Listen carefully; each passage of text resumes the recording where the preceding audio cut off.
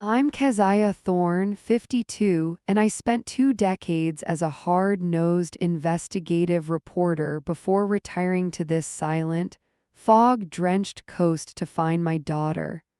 I thought I was trading the blood and grit of the city for the salt and peace of the North Atlantic. I was wrong. The fog clings to my skin like a cold, wet shroud. It tastes of brine and ancient secrets.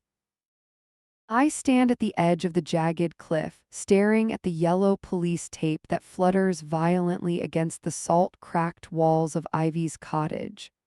The plastic ribbon screams in the wind. It is a garish neon wound against the gray stone and the dark, bruised sky.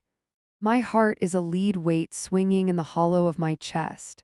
Ivy is gone. My little girl.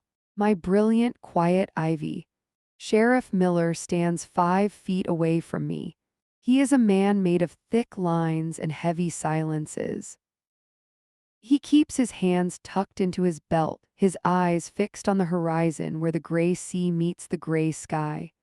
He won't look at me. I've seen that look 1,000 times on 1,000 different crime scenes. It's the look of a man who is selling a lie he hasn't quite memorized yet.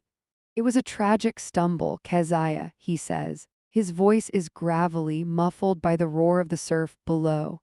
The rocks are slick this time of year. The mist makes the grass like ice. She just lost her footing. I don't blink.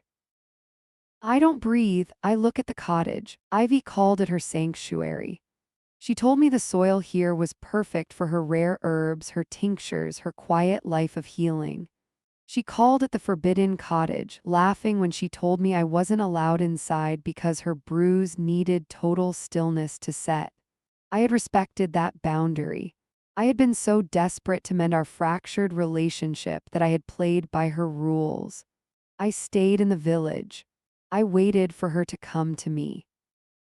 Now the boundary is a crime scene. I walk toward the door. My boots crunch on the shale. Miller moves as if to stop me, then thinks better of it. He knows my reputation. He knows I have pulled the truth out of politicians and killers alike. He knows I am not just a grieving mother. I am a predator who has lost her only cub. I reach the heavy oak door. The wood is silvered by years of salt spray, pitted and worn, but my eyes lock onto the hardware. The deadbolt is a gleaming, high-security Schlage. The brass is bright. There isn't a single scratch on the faceplate. It was installed recently. Very recently. My pulse thrums in my fingertips as I reach out to touch it. The metal is ice cold. She was an herbalist, Miller, I say. My voice is steady, a sharp contrast to the shaking in my soul. She sold lavender sachets and chamomile tea at the Sunday market. Why did a simple herbalist need a grade 1 commercial deadbolt on a cottage that doesn't even have electricity? Miller clears his throat. The sound is wet and nervous. Folks around here get jumpy. Drifters come through. She was a young woman living alone. The lock was replaced 4 days ago, I counter. I point to the tiny shavings of wood still trapped in the grain near the strike plate. They haven't even been washed away by the rain yet. Ivy didn't call a locksmith. I know the only one in town, and he's been in the hospital with the flu since Monday. I look at the door frame. It's reinforced with steel. This isn't a cottage, it's a vault. I turn my gaze to the window. The glass is thick, distorted.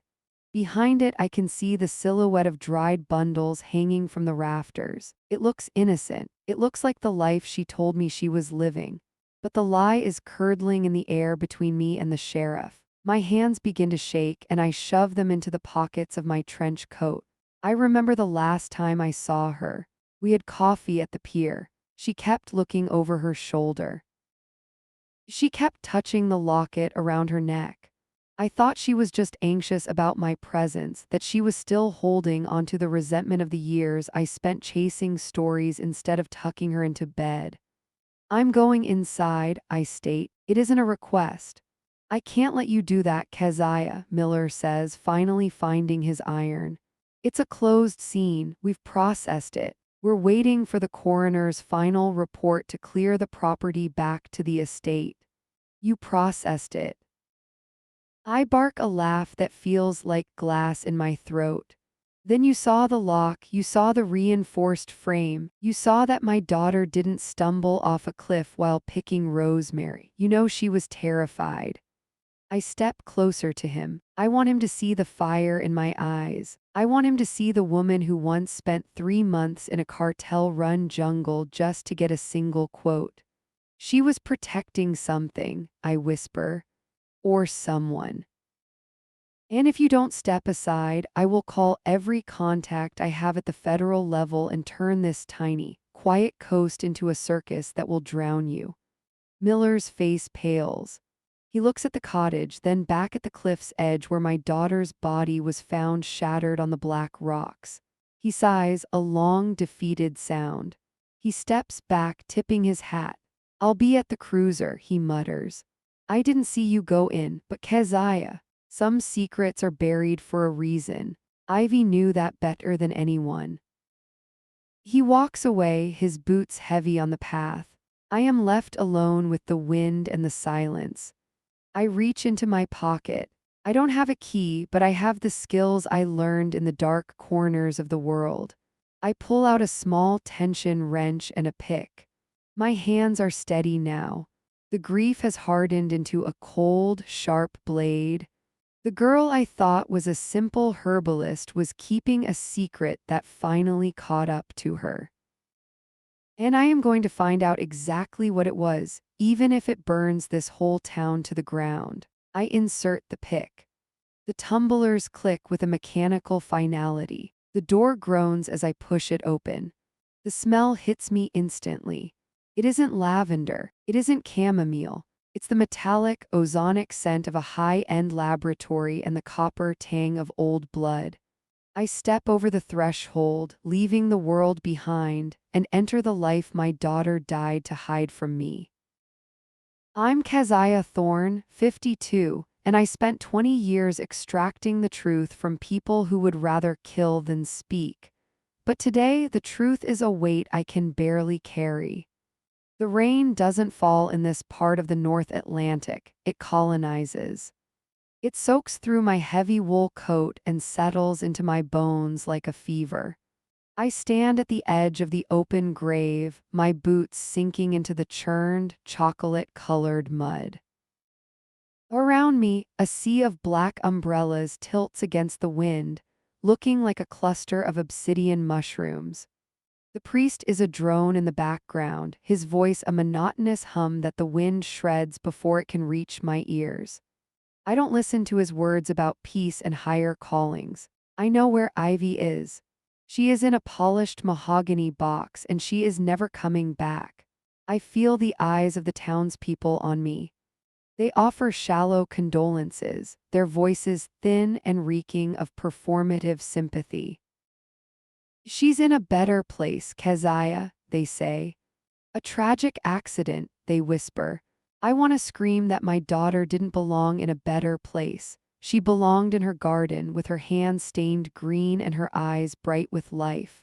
I want to tell them that accidents don't involve reinforced steel doors and high-security locks. But I stay silent. I am a reporter by trade, and a reporter knows that the loudest person in the room is the one who learns the least. The service ends with the wet, rhythmic thud of the first clod of dirt hitting the lid of the casket. The sound vibrates through the soles of my feet. It is the most final sound I have ever heard.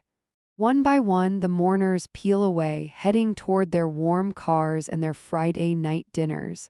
I stay. I wait until the cemetery is a landscape of gray stone and shifting mist. That's when I feel him. A presence shifts in the periphery of my vision. A man stands 10 feet away, partially obscured by a weeping willow that looks as tired as I feel. He isn't wearing a suit. He's wearing a rugged, oil-stained canvas jacket and a hat pulled low. As he steps forward, the gray light catches the jagged, silver line of a scar that bisects his left eyebrow and disappears into his hairline.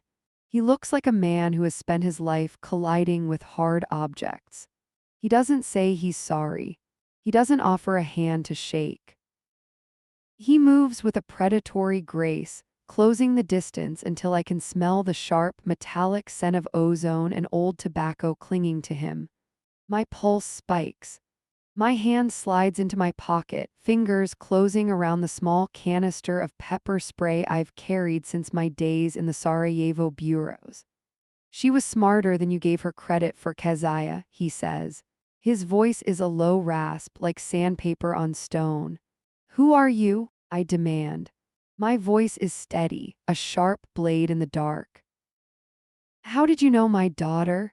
He doesn't answer. Instead, he reaches out. I flinch, but he doesn't strike. He grabs my right hand and flips it palm up. Before I can pull away, he presses something into my skin. It is small, heavy, and bitingly cold. He closes my fingers over it, his grip like a vice for a fraction of a second. The roots go deeper than the soil, he whispers. His eyes are a flat, piercing blue. Don't look for the flowers, look for the rot at the bottom. He lets go. I stumble back a step, my heart hammering against my ribs like a trapped bird.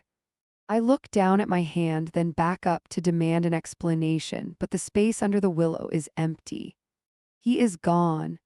There is no sound of a car engine, no splashing of boots in the mud, just the wind and the relentless rain. I open my hand.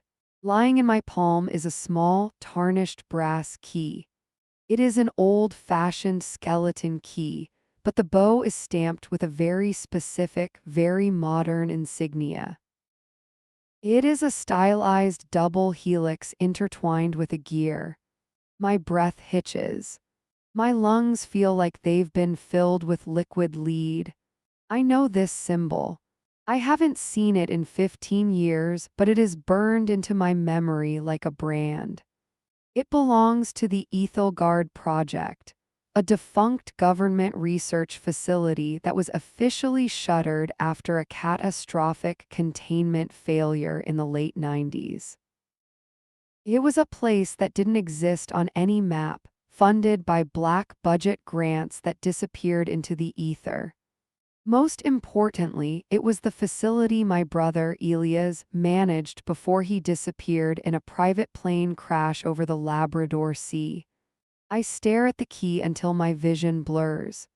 The dread settles into my marrow, a cold, crystalline certainty.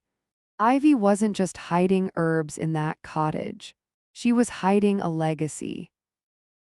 She was guarding something that had already swallowed her uncle whole, and now it had come for her.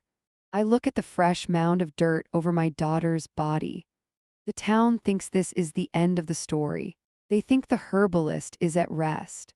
But as I clench my fist around the brass key, feeling the edges of the insignia dig into my skin, I know this is only the prologue. The roots go deeper than the soil. I turn away from the grave and begin to walk. I don't go to my car. I don't go back to the village. I walk toward the cliffs, toward the forbidden cottage that stands like a sentinel in the fog. I have the key now, and I am going to dig up everything they tried to bury.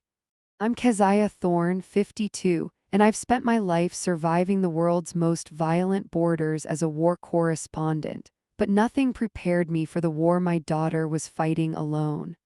The night is a shroud of ink. There is no moon to guide me, only the rhythmic, mocking pulse of the lighthouse on the distant headland. I kill the lights of my rental car a mile away and walk the rest of the distance through the gorse and salt spray. My boots find the path by memory. The cottage sits like a hunched beast against the cliffside, its silhouette sharp against the charcoal sky. The yellow police tape flutters in the wind, a plastic ghost whispering warnings I refuse to heed. I slide the brass key into the lock. It turns with a heavy, oily click that feels far too loud in the stillness. I push.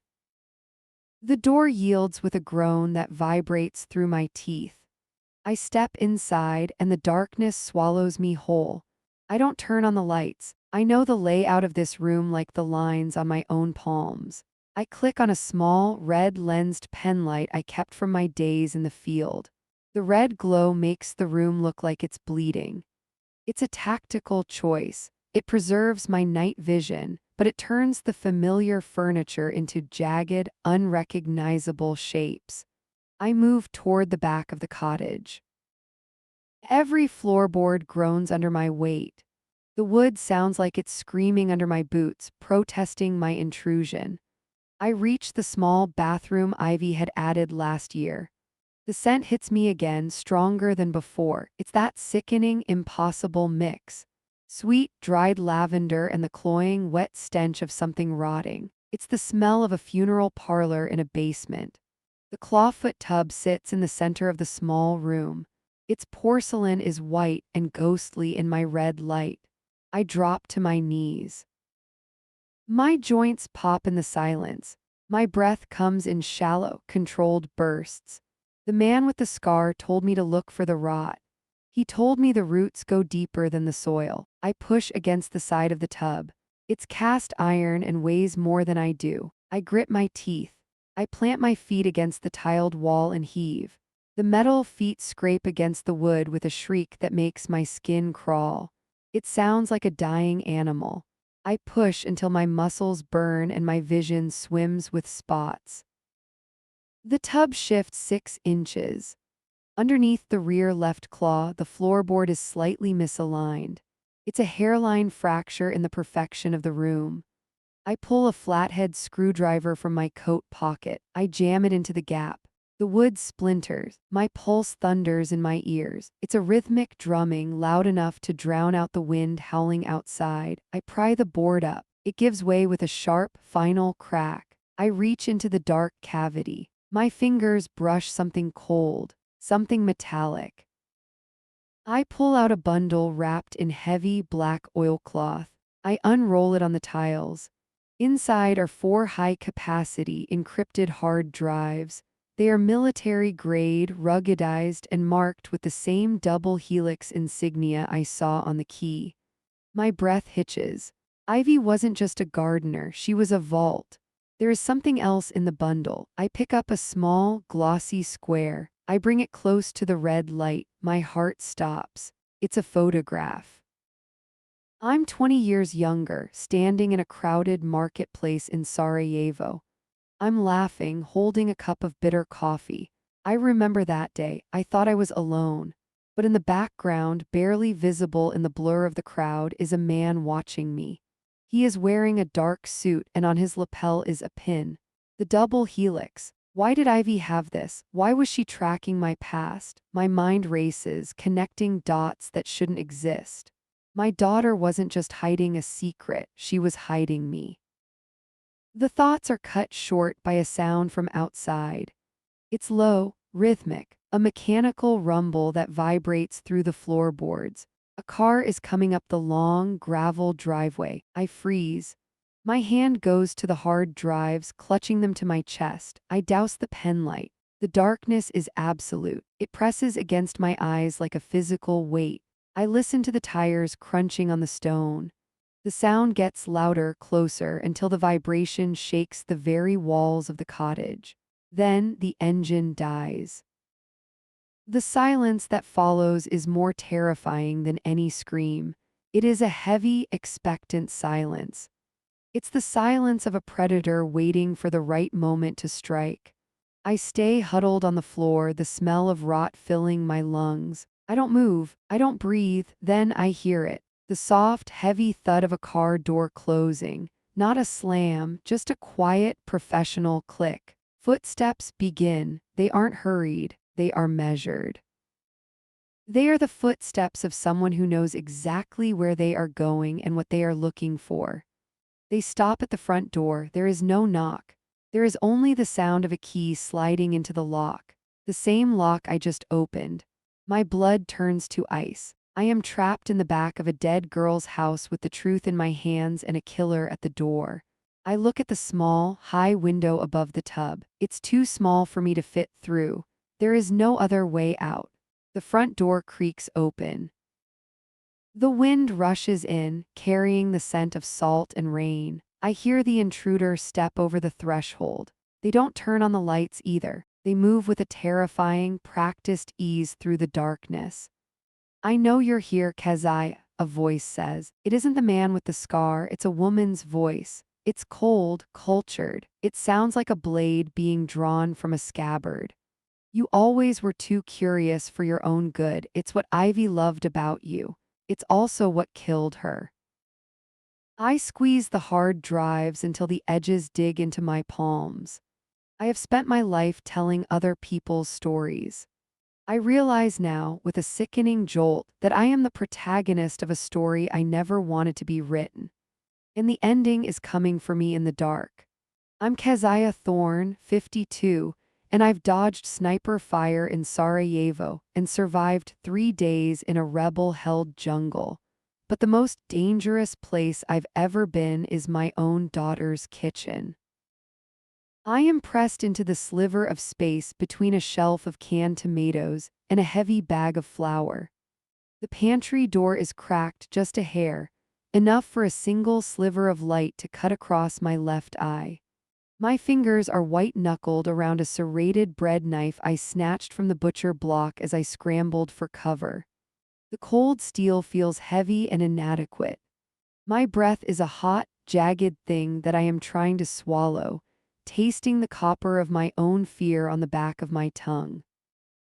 The woman's voice from the doorway has been replaced by the heavy, rhythmic thud of boots. A man in a matte black tactical vest moves through the living room like a machine. He is efficient. He is brutal. He doesn't just search, he destroys. I hear the sickening crunch of Ivy's favorite ceramic teapot hitting the floor. I hear the ripping of upholstery.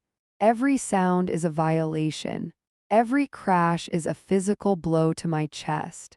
He stops. The silence that follows is thick with the scent of dust and the metallic tang of his gear.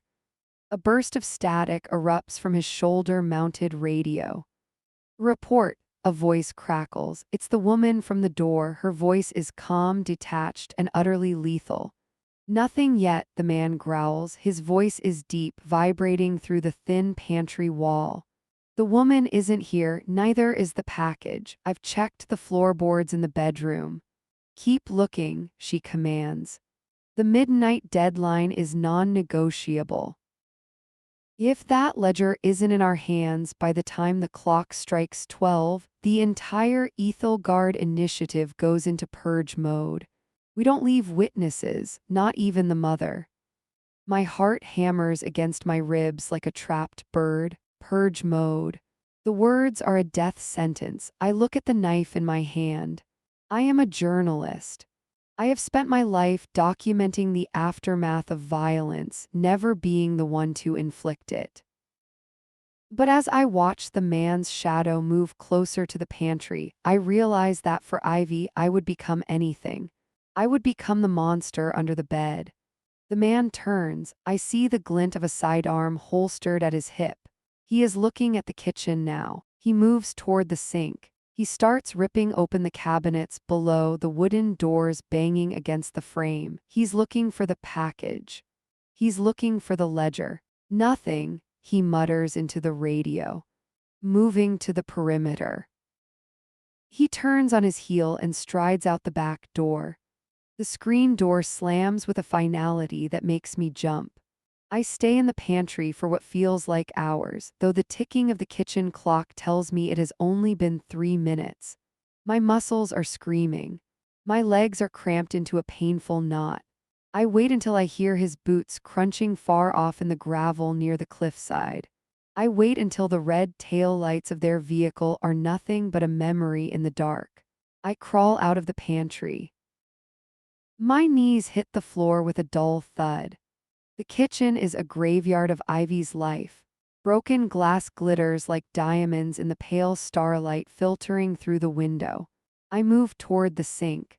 The man had searched here. He had thrown out the cleaning supplies. He had kicked the trash can over. But he hadn't looked like a mother looks. I remember Ivy when she was 6 years old. She used to hide her treasures. Shiny pebbles, dead beetles, stolen buttons. in the places people ignored because they were too mundane. I remember her telling me once that the best place to keep a secret is right under someone's nose, because people only look for what they expect to find. I lie flat on my back on the cold linoleum. I slide my head into the dark, damp space under the kitchen sink. The smell of pine sol and old pipes fills my nose. I reach up. My fingers brush the rough underside of the countertop past the plumbing. There. Directly behind the heavy iron pipe of the drain, taped firmly to the underside of the sink basin with industrial-strength silver duct tape, is a flat, rectangular object. My breath hitches. I peel the tape back, the sound of it ripping through the silence like a gunshot. The object falls into my hands. It is a small, leather-bound ledger. The leather is worn, stained with what looks like water damage and something darker. Something that looks like old blood. I scramble to my feet and retreat to the pantry, the only place that feels even remotely safe. I click on my red-lensed pen light. The glow bathes the pages in the color of a warning. I open the first page. The handwriting is Ivy's. It's her neat, slanted script, but it's rushed. It's desperate. The first page is a list of dates and coordinates. The second page is where the world falls apart. Names, rows and rows of names. I see the names of 3 local circuit court judges.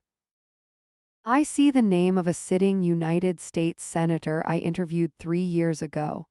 I see the names of CEOs, police chiefs, and high-ranking military officials. Beside each name is a number, a dollar amount.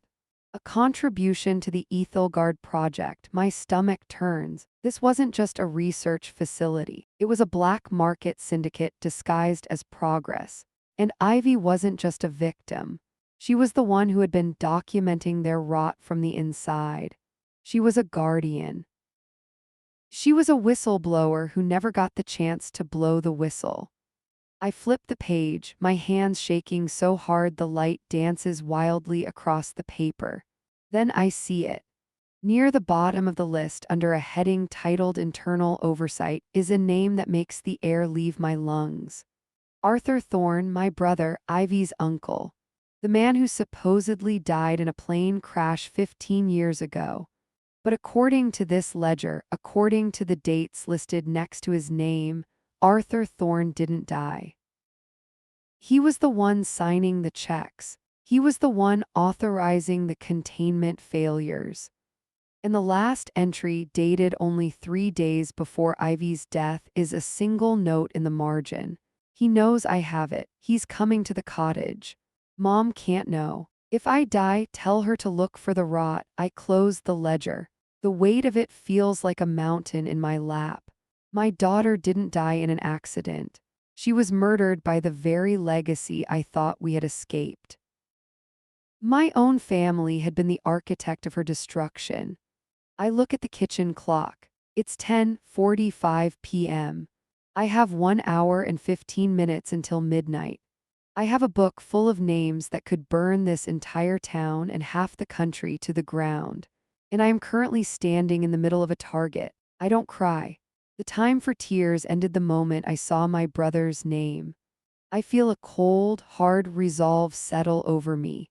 It's the same feeling I used to get before crossing a front line. The fear is still there, but it's been weaponized. I grab my coat. I shove the ledger into the inner pocket, right against my heart. I still have the hard drives from the bathroom. I have the truth. I step out of the cottage and into the biting wind. The lighthouse beam sweeps across the cliffs, a giant eye searching for the lost. I am not lost anymore. I know exactly where I am. I am in the middle of a war, and for the first time in my life, I'm not just reporting on it. I'm the one who's going to win it. I'm Keziah Thorne, 52, and I've survived 3 decades of reporting from the world's most violent borders, but nothing prepared me for the war brewing inside my own bloodline. The wrought iron gates of the Thorne estate didn't creak when they opened. They hissed. It was the sound of a trap being set. I drove my beat-up sedan up the winding gravel path, the headlights cutting through the mist like two desperate eyes. The house loomed over the cliffside, a jagged monument of glass and steel that looked more like a fortress than a home. I stopped the car. I didn't turn off the engine. I felt the vibration of the motor through the steering wheel, a steady hum that matched the frantic drumming in my chest. In my lap sat the leather-bound ledger. It felt heavier than a lead weight. It felt like Ivy's heartbeat. I stepped out of the car. The wind off the ocean was a cold blade against my neck. I didn't knock. I pushed the heavy mahogany doors open and walked into the foyer. The air inside was climate-controlled and sterile, smelling of expensive wax and something metallic. In the library, Keziah, a voice called out. It was Silas, my brother, the man I had shared a childhood with, the man who was supposed to be dead, yet here he was, haunting the living from a throne of secrets. I walked toward the light at the end of the hall. My boots clicked against the marble floor, echoing like gunshots in the silence. I entered the library. The walls were lined with thousands of books, a fortress of knowledge built by a man who dealt in lies. Silas was sitting in a high-backed leather chair. He didn't look like a ghost, he looked like a king. He was wearing a charcoal suit that cost more than my first house. He held a crystal tumbler of whiskey, the ice clinking softly against the glass as he swirled it. He didn't look surprised to see me. He looked disappointed. You were always the one who couldn't leave a scab alone, he said. His voice was smooth, like velvet over gravel. You just had to keep picking at it until it bled. I didn't answer. I walked to his desk and slammed the ledger down on the polished surface. The sound cracked through the room. Is this what she died for, Silas? I asked. My voice was a low growl. A list of names, a spreadsheet of bribes. Two men moved out from the shadows near the floor-to-ceiling windows. They were large, built like professional athletes, their suits straining against their shoulders. They didn't reach for weapons. They didn't have to. Their presence was the threat. Silas took a slow sip of his whiskey. He set the glass down on a silver coaster. He didn't even glance at the ledger.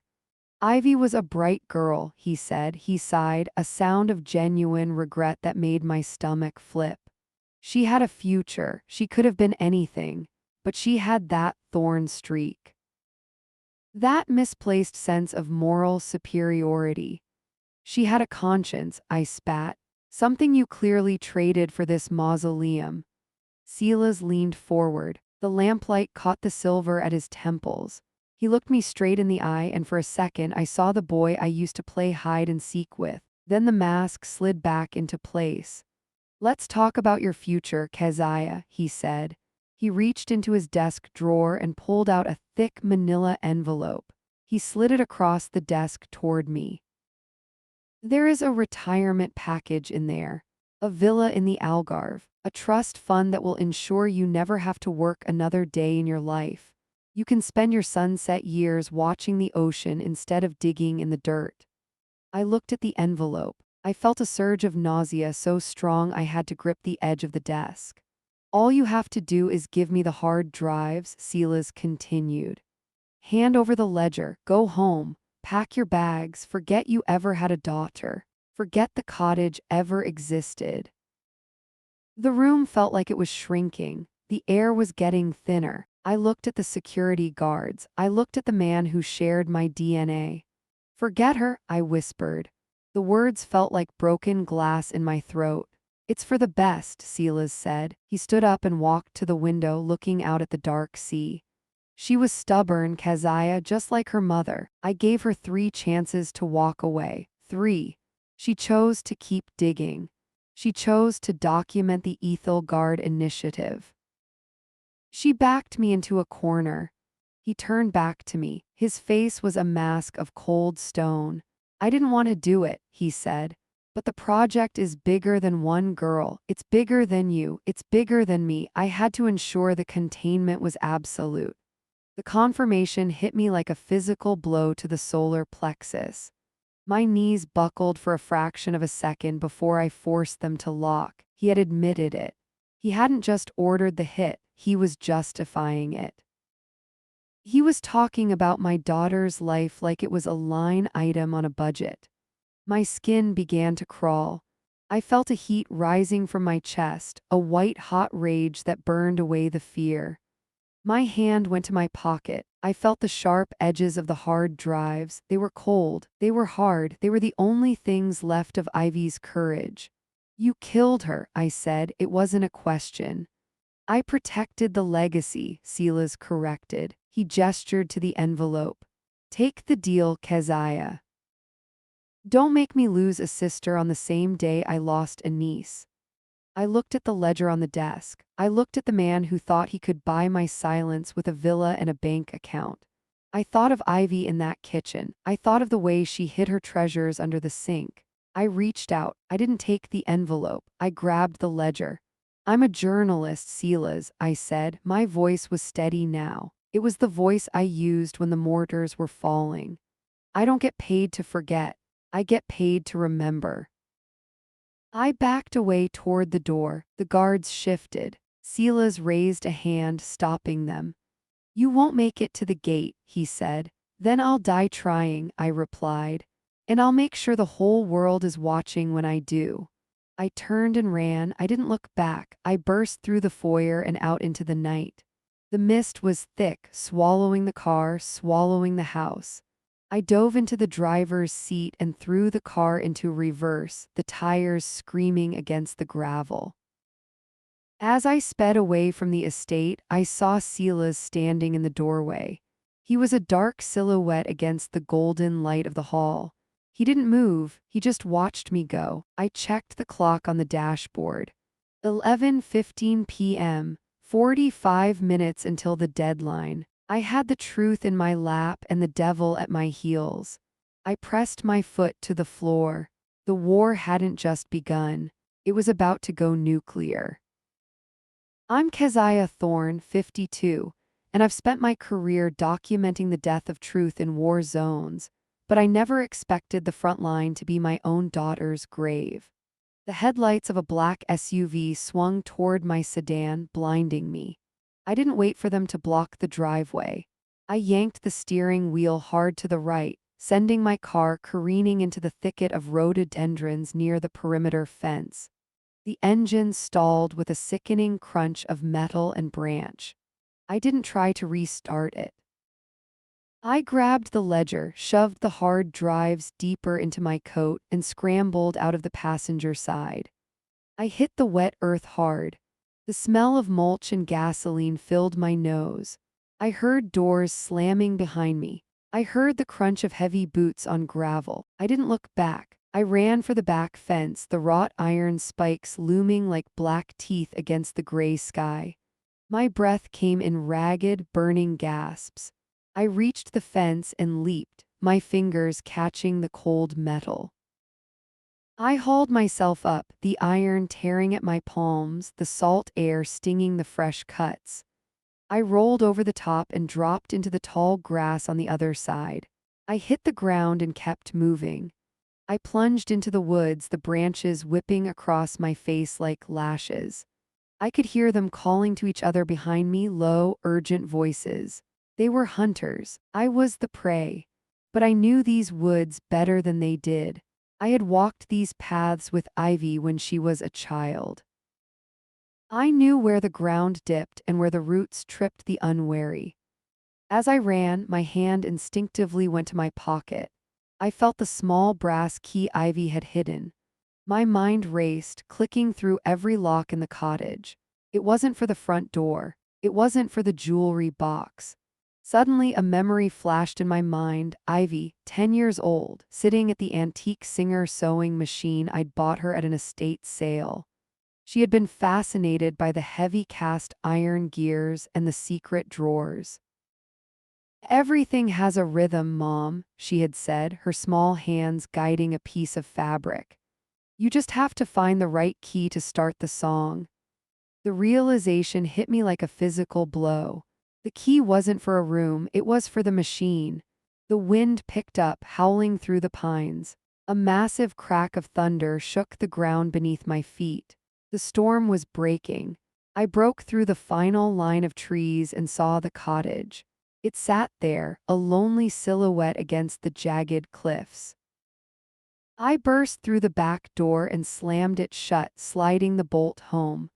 I was drenched. My hair clung to my face in icy streaks.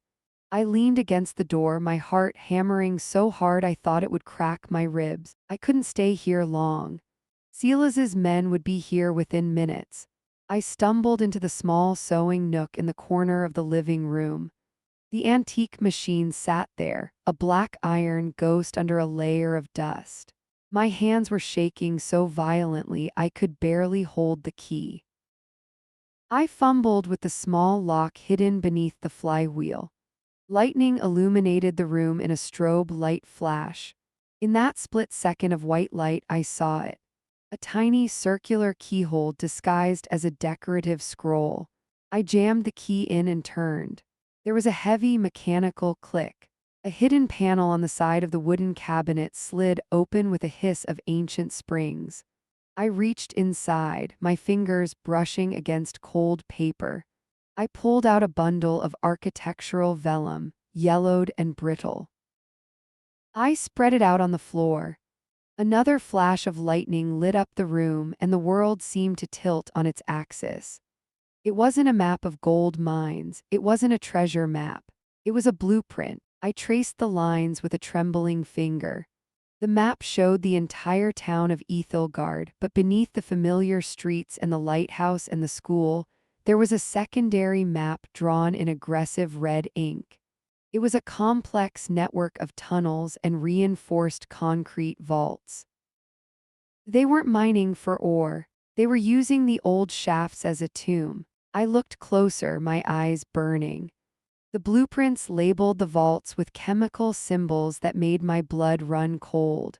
Mercury, arsenic, hexavalent chromium. Thousands of tons of industrial waste bypassed from legal disposal sites and funneled directly into the bedrock beneath our feet. The rot Ivy had mentioned wasn't a metaphor, it was literal. The map showed the plume. The red ink bled out from the vaults, seeping directly into the local water table. The very water the town drank. The water that fed the local reservoir. The Thorn legacy wasn't built on shipping or real estate. It was built on the blood money of corporations who paid my family to make their poison disappear. And the poison was leaking. I felt a wave of nausea so intense I had to press my forehead against the cold floor. Ivy hadn't just found a secret, she had found a death sentence for the entire town, and my brother had killed her to keep the taps running. The sound of a car engine growled in the distance, cutting through the roar of the rain. They were here. I rolled the map up and shoved it into my coat. I looked at the sewing machine, the silent witness to my daughter's final acts of courage.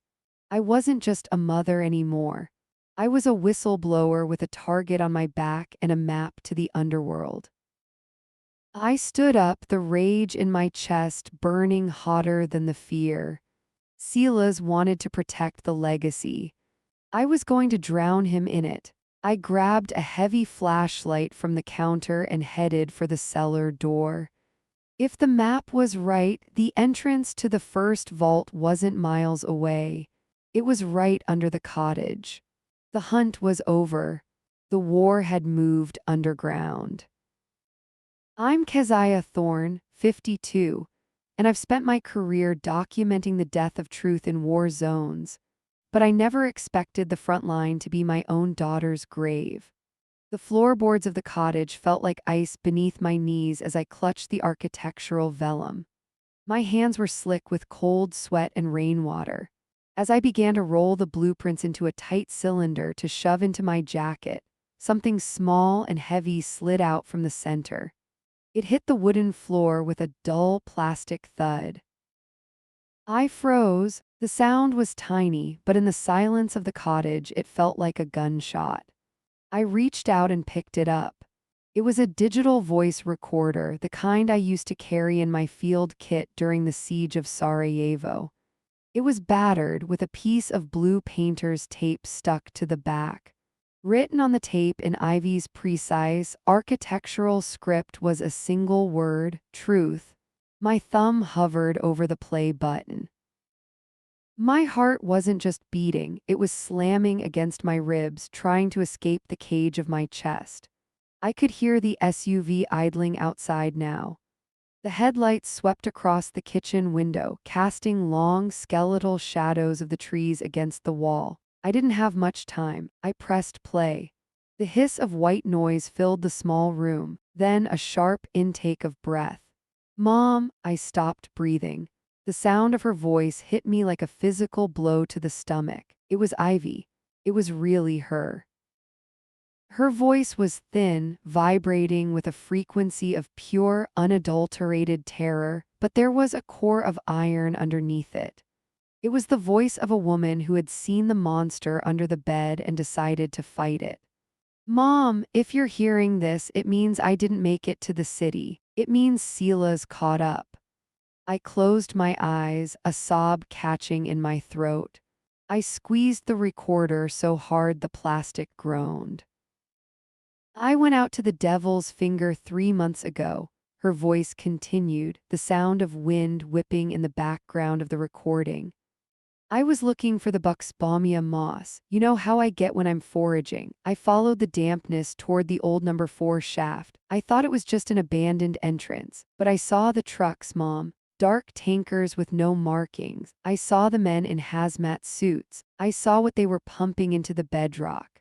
She paused. I heard her swallow. It was a wet, shaky sound that made my skin crawl. I did the math. I'm an architect, Mom. I know how weight and pressure work. They aren't just storing it. The seals are failing. The rot isn't just a story. It's hexavalent chromium. It's lead. It's mercury. It's a cocktail of every industrial nightmare Sealas could find a buyer for. And it's leaking into the creek. The one that runs right past the elementary school playground. The one the kids use for their science projects. I felt a coldness spread from my spine to my fingertips. I looked at the dark corners of the cottage, realizing that every piece of art she had made, every moss-covered sculpture, was a silent scream for help. I tried to stop him, Ivy whispered. Her voice broke.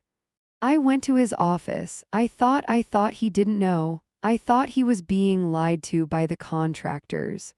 But he just looked at me. He looked at me with those cold, thorn eyes and told me that some lives are just the cost of doing business. He told me that the town was dying anyway, and this was the only way to keep the estate afloat. He threatened you, Mom. He said if I went to the press, he'd make sure your accident in the Middle East finally caught up with you. The room seemed to tilt. The walls were closing in. I felt a whole tear open in my chest, a jagged, empty space where my heart used to be. She had been protecting me. All those months of silence, all those cold phone calls, and the way she pushed me away when I tried to visit, it wasn't because she didn't love me. It was because she loved me too much. She had made herself a target to keep the crosshairs off my back. I'm sorry for the silence, she said, her voice barely audible over the sudden crack of thunder outside. I had to keep you away. I had to make him think we were estranged so he wouldn't use you as leverage. But I'm going to the site tonight. I'm going to get the physical samples from the runoff pipe. If I don't come back, the blueprints are in the machine. The hard drives are under the sink. Give them hell, Mom, for the kids, for the town. I love you. The recording clicked off. The silence that followed was a deafening roar. I sat there in the dark, the recorder clutched to my chest. I realized then the true depth of the horror. Ivy hadn't died in a random accident. She hadn't even died just for a secret. She had died trying to protect the very people who were being poisoned by her own bloodline. She had stood alone against the man who shared our name, a girl with a camera and a sample jar against $1 billion empire of filth. And she had done it to save me. A heavy boot kicked the back door. The wood groaned, but the bolt held, for now. Keziah, Silas's voice drifted through the rain, muffled but sharp. I know you're in there. Don't make this harder than it has to be. Just give me the vellum and we can talk about this like family. Family. The word tasted like copper and bile. I stood up. My legs were no longer shaking. The grief was still there, a massive, crushing weight, but it had been forged into something else. It was no longer a wound. It was a weapon. I tucked the recorder into my inner pocket, right next to my heart. I grabbed the heavy iron poker from the fireplace with my left hand and the flashlight with my right. I wasn't a journalist anymore. I wasn't a sister. I was the mother of a martyr, and I was done hiding in the shadows. I walked toward the cellar door.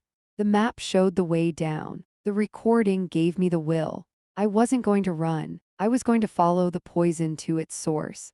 And then I was going to make sure Silas Thorne drank every last drop of it.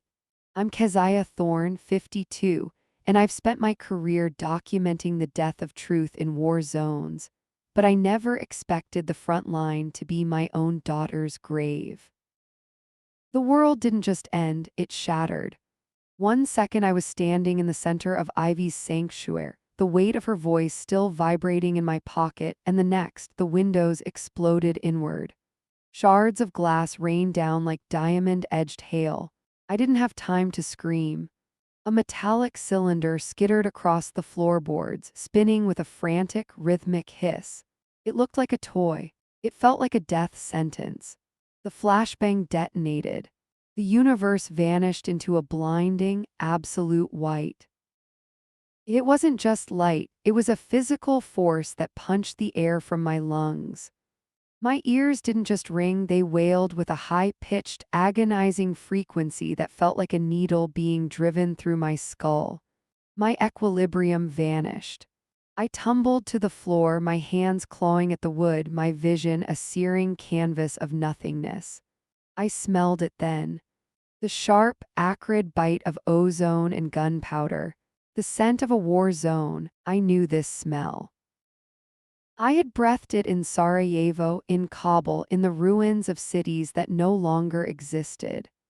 My muscle memory kicked in before my brain could process the terror. I didn't try to stand. I stayed low, pressing my belly to the floor, my fingers searching for the edge of the rug. I found the recessed ring of the crawlspace hatch. My vision was slowly returning in jagged, purple blotches. I yanked the ring.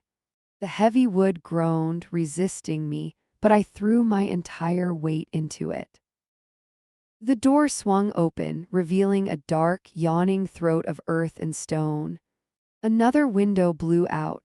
I heard the crunch of heavy boots on the porch. I slid into the hole. I didn't climb, I dropped.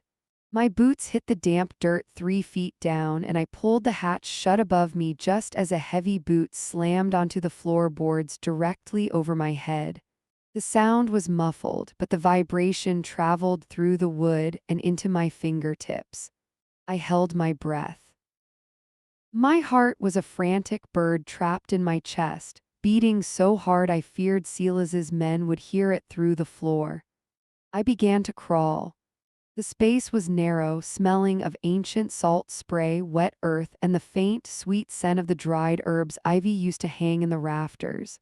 The air was thick and cold. I could hear them now. They were inside. Keziah, enough of the theatrics.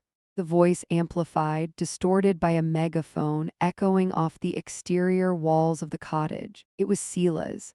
He sounded bored. He sounded like a man waiting for a slow waiter to bring his check.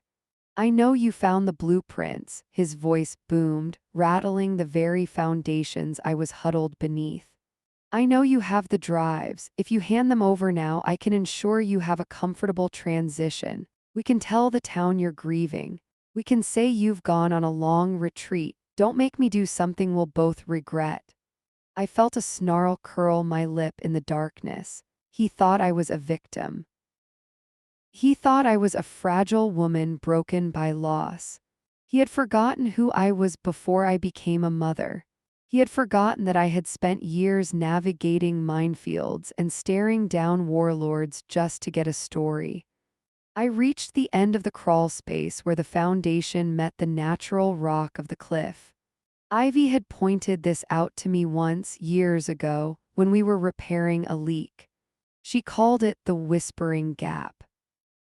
It was a natural fissure in the limestone that led directly out to the jagged rocks overlooking the sea. I felt the rush of cold, salt-laden air hitting my face. I squeezed through the narrow opening, the jagged stone tearing at my coat and scraping my shoulders. I didn't care about the pain. I cared about the terrain. I emerged onto a narrow ledge, hidden by thick curtains of ivy and stunted pines.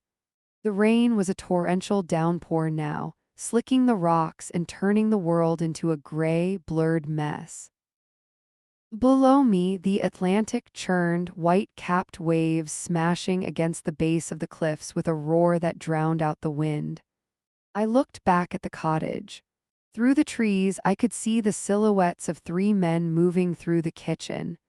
They were armed. They were professional. But they didn't know this ground. Ivy knew every inch of these cliffs. She had mapped the tide pools, the unstable ledges, and the hidden sinkholes that led into the old mining shafts. She had left me a map, but more than that, she had left me her knowledge. I realized then that I couldn't outrun them. Not in this weather, not with Silas's resources. If I tried to head for the road, they would pick me off before I reached the first bend. I had to bring them to me. I had to pull them into the rot. I reached into the pocket of my coat and pulled out the heavy flashlight. I didn't turn it on, not yet. I looked at the dark maw of the number 4 shaft, just 50 yards away, half hidden by a collapsed shed. The blueprints showed that the shaft didn't just go down, it connected back under the cottage in a series of unstable, flooded chambers. Silas wanted the truth buried. I was going to give him exactly what he wanted. I stood up on the ledge, my boots finding purchase on the slick stone. I took a deep breath, the salt air burning my throat. I clicked the flashlight on. I swung the beam toward the cottage windows, a bright, defiant strobe in the darkness. "I'm right here, Silas," I screamed into the wind. I saw the silhouettes in the window freeze. They turned. I didn't wait for them to fire. I turned and bolted toward the mine entrance, my heart roaring in sync with the ocean. I wasn't running away. I was leading the wolves into the trap my daughter had died to build. The hunt was no longer theirs, it was mine. I'm Keziah Thorne, 52, and I've survived 3 decades of documenting human cruelty in the world's most desolate war zones. But tonight, the most treacherous terrain I've ever crossed is the cliffside where my daughter used to watch the sunset. The rain is no longer a drizzle, it is a violent, horizontal assault. It stings my eyes. It turns the air into a thick, drowning soup of salt and silt. I can hear the heavy, rhythmic thud of boots behind me. They are closing the gap. Silas's lead enforcer, a man I recognize from the estate as Miller, is a shadow moving with predatory precision through the trees. He isn't shouting anymore. He doesn't need to. He knows he has me pinned against the Atlantic. I reach into my pocket and feel the damp, crinkled edges of Ivy's notebook. I don't need to look at it. I've memorized every frantic stroke of her pen. I've memorized her warnings. The shale at the throat is a lie, Mom. It looks like stone, but it's just packed dust and prayer. Never step on the white lichen. Stay to the iron vein. I hit the tree line and the world opens up into a nightmare. The devil's throat. It's a jagged semicircular notch carved out of the coast by 1,000 years of storms. Below the Atlantic is a churning, white-capped beast screaming as it smashes against the base of the cliffs 300 feet down. The wind here is a physical weight. It tries to shove me toward the edge. My boots skid. I hit my knees, the sharp shale slicing through my jeans and into my skin.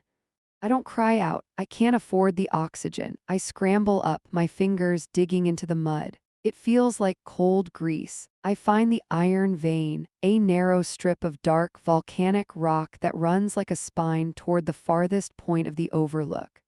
Give it up, Keziah. Miller's voice cuts through the roar of the gale. He's at the edge of the woods now. He's breathing hard, but he's smiling. He thinks I'm cornered. He thinks I've run out of land. He sees a 52-year-old woman trembling in the rain. He doesn't see the ghost standing right beside me. I feel her. I swear to God, I feel the warmth of Ivy's hand on my shoulder. It's a phantom pressure, a steadying force that keeps my heart from exploding. 3 steps past the twisted cedar, Mom, then wait. I move. I step onto the iron vein, my balance precarious. One slip to the left and I'm in the mud slide. One slip to the right and I'm a memory. I reach the twisted cedar, a stunted skeletal tree that looks like a hand reaching out of the earth. I stop, I turn around. Miller is 20 feet away, he's cautious now. He sees the drop behind me. He sees the way the ground is sloughing off in great wet chunks falling into the abyss. He pulls a handgun from his holster, but he doesn't aim it at my heart. He aims it at my feet. The drive, Keziah, he shouts. Throw the bag over and I'll pull you back from the edge. Silas just wants the samples. He doesn't want another Thorn funeral. Silas wouldn't know the truth if it bled on him. I scream back. I reach into my bag and pull out the heavy, sealed canister Ivy died for. I hold it out over the churning dark. You want the secret, Miller? Come and get it. He falls for it. He's a professional, but he's arrogant.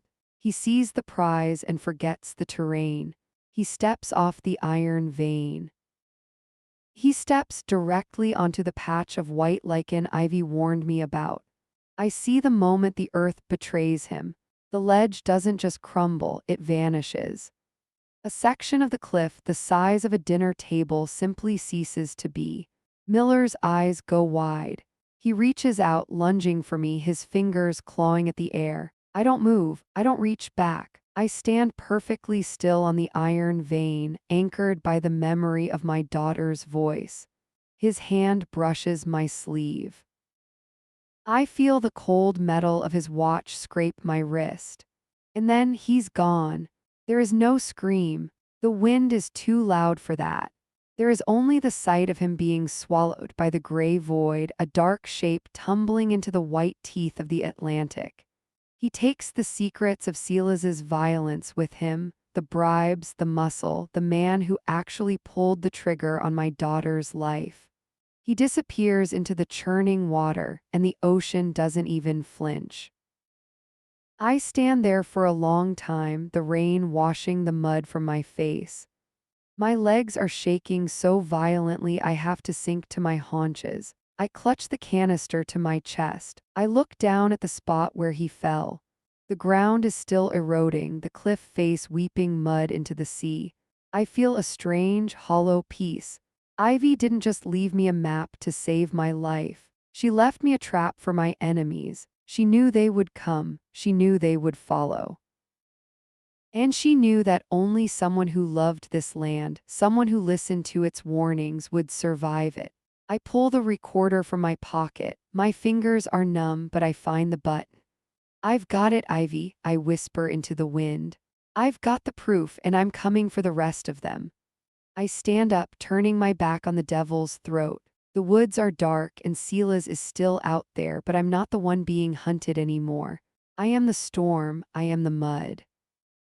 I am the mother who has nothing left to lose but her silence. I start to walk, following the iron vein back toward the road. Every step feels lighter. Every breath feels like hers. The rain continues to fall, but for the first time in weeks, I don't feel like I'm drowning. I feel like I'm finally coming home. I'm Keziah Thorne, 52, and I've spent my life capturing the ghosts of war on film, but the most haunting image I've ever carried wasn't a photograph. It was the weight of my daughter's final secret pressed against my ribs. I did not go back to my house. I did not go to the local precinct where the officers drank coffee paid for by my brother's charitable foundations. I didn't even stop to wash the mud of the cliffs from my skin. I drove. I drove until the salt air was replaced by the smell of exhaust and old stone. I drove until the sun began to peek over the horizon, illuminating the white dome of the state capitol like a beacon of cold, unforgiving light. I parked my car on the curb, ignoring the shouts of the security guards. I walked up those massive marble steps with a limp I hadn't noticed until now. My boots left smears of Atlantic silt on the pristine stone. In my left hand, I clutched the ledger. In my right, the encrypted drives. My knuckles were white. My heart was a drum beating out a rhythm of pure, unadulterated defiance. I didn't wait for an appointment. I didn't ask for permission. I walked into the rotunda, my voice echoing off the high ceilings. I demanded to see the Attorney General. I screamed the names of the dead. I screamed Ivy's name until my throat burned. When the security detail closed in, I didn't flinch. I held the ledger above my head like a holy relic. "This is the blood of this state," I roared. "And it's on Silas Thorne's hands." The next 72 hours were a blur of fluorescent lights and legal pads. I sat in a windowless room, the air smelling of ozone and stale coffee. I watched as federal agents plugged Ivy's drives into their systems. I watched their faces turn from skepticism to horror as the data unspooled. It wasn't just corporate greed. It was a systematic poisoning of the coastline. It was the deliberate burial of toxic runoff beneath the very soil where children played.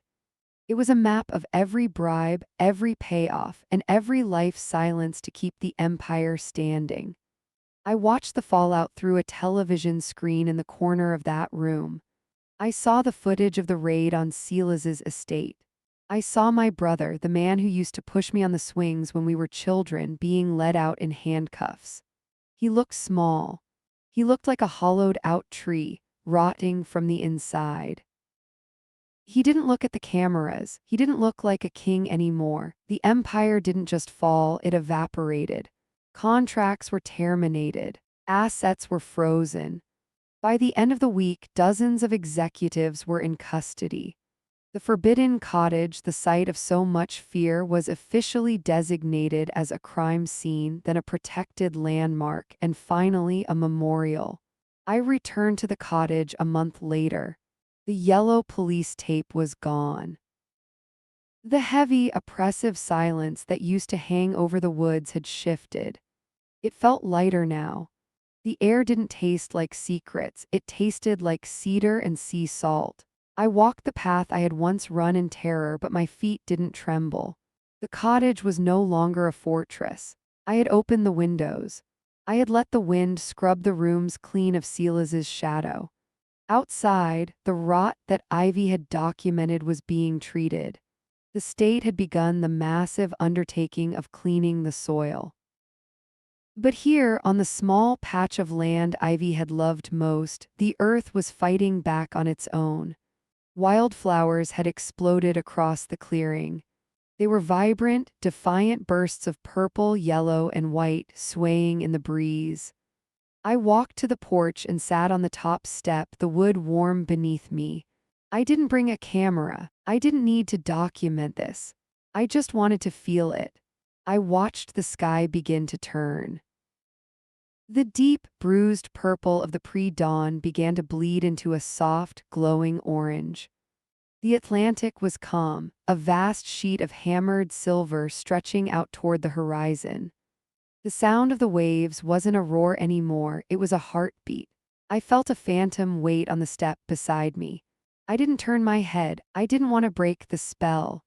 I just leaned my shoulder into the empty air, and for a moment I could swear I felt the warmth of a wool sweater. I could swear I smelled the faint, earthy scent of lavender and old books. We did it, Ivy, I whispered. The sun broke over the edge of the world. It hit the wildflowers, making them glow like embers. It hit the water, turning the spray into diamonds. I closed my eyes and let the light wash over my face. I felt the tension that had lived in my spine for 30 years finally begin to dissolve. I thought about the ledger. I thought about the men in suits and the clink of handcuffs. I thought about the headlines that had dominated the news for weeks. But mostly, I thought about the girl who had sat on this porch, alone in the dark, writing down the truth because she knew no one else would. She had been the bravest person I ever knew. She had been the architect of her own justice. I stood up and walked to the edge of the porch. I looked down at the garden of wildflowers, their heads nodding in the morning breeze. I wasn't the woman who had arrived here a month ago, broken and terrified. I wasn't the woman who had spent her life running from the shadows of war. I am Keziah Thorne. I am the mother of a hero. I am the woman who stood on the edge of a crumbling cliff and refused to fall. I could not save my daughter from the darkness she uncovered, but I made sure that the darkness could never hide again. I made sure the world finally heard the secret she died to tell. I took a deep breath of the clean, salt-tinged air. I looked at the sunrise one last time, then I turned and walked toward my car. I had a life to rebuild, and for the first time in a very long time, I wasn't afraid of the light. I left the cottage behind, a small, white sanctuary guarded by flowers and the memory of a girl who changed the world. The secret was out. The truth was home, and I was finally free.